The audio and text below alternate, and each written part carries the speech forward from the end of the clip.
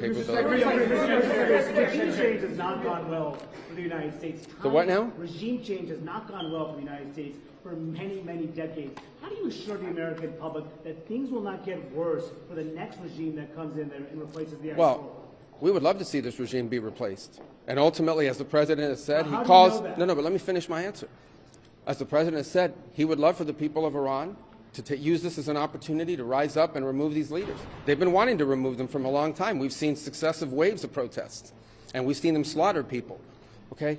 But the objective of this mission is to make sure they don't have these weapons that can threaten us and our allies in the region. That's why we're doing what we're doing now.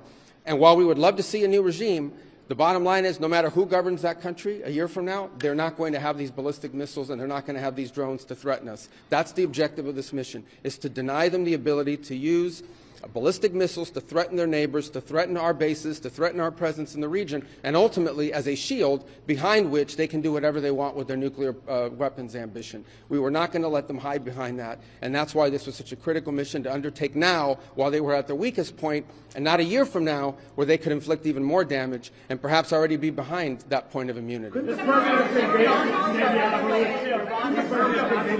right here behind. Go ahead, you and then you. Yes. Your critics in Congress have said that they should have a role, they should be able to weigh in here, and there are going to be war powers resolutions votes in Congress later this week. Why not notify Congress ahead of this, and does Congress... Well, we did. We notified Congress. I mean, we notified the Gang of Eight. We notified congressional leadership. There's no law that requires us to do that. The law says we have to notify them 48 hours after beginning hostilities. We've done that. I think the notification went today. But we did notify members of Congress in advance. But we can't notify 535 members of Congress. Well, the Congress can vote on whatever they want, but there's no law that requires us to do that. And I want to say something, because I see people on TV. Look, that's fine. If they want to take a war powers vote, they can do that. They've done that. They've done that a bunch of times.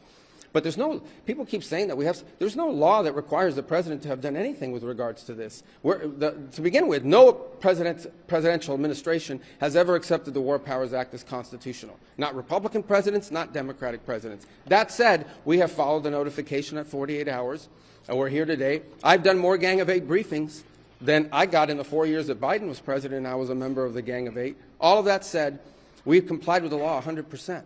And we're going to continue to comply with it. We've done the notification, and we officially to Congress, but we did notify members of Congress. We just can't notify 535 people. That's not possible, but we did the Gang of Eight twice. I briefed them last week, and then I called them the night before the operation. Can you tell us what you know, Mr. Secretary, of the administration knows about the strike on a building in southern Iran, the Iranians saying that the school reports of large civilians, including children, killed? Yeah, I've seen those reports. I would refer you, not because I'm not trying to answer your question, but I don't want to get it wrong. The Department of War would be investigating that if that was our strike, and I would refer your question to them, and I'll make sure they're aware that you have that question. But we'd like to know. Well, clearly, the United States would not deliberately target a school. Our objectives are missiles, both the ability to manufacture them and the ability to launch them, and the one-way attract drones. That would be our focus, and that's what we would be focused on. We would have no interest and, frankly, no incentive to target civilian infrastructure. The Iranians are, on the other hand, targeting civilian infrastructure. You guys have seen it. I'm sure you've seen it. They're hitting hotels. They're hitting embassies. They're hitting airports. They're hitting oil infrastructure. Well, it'd be very tragic, but I can't speak to the details behind it because I just don't have it. It would be a tragic outcome if it's happened. I don't have the details as to what led to it. But what is clear is that the United States would not deliberately target a school. They are, on the other hand, deliberately targeting civilians, as you've seen, because you know why? They are a terroristic regime. They sponsor terrorism and they participate in terrorism. What's your message to Americans who are concerned about rising energy prices given the spiking of oil prices today? Yes, and we knew that going in would be a factor, and so we have a program in place that will begin to be implemented by Secretary Wright, Secretary Bessent. We talked about it last night, again, about this program. We talked this morning, and starting tomorrow you will see us rolling out those phases to try to mitigate against that. Obviously, markets are going to be reacting to news about what's happening. And again, a reminder, think about it, okay? This terroristic regime, led by radical clerics, has the ability, potentially, to shut off 20% of global energy. That's the kind of leverage they have because of their Navy. We're going to destroy their Navy. But there is a plan in place. We anticipated this could be an issue, and Secretary Wright and Besson will begin to roll out those steps starting tomorrow to mitigate against the impact that could have. What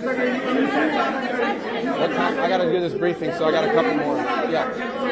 Do you anticipate putting boots on the ground, and how long do you anticipate the conflict to last? Well, we don't. Let me say two things.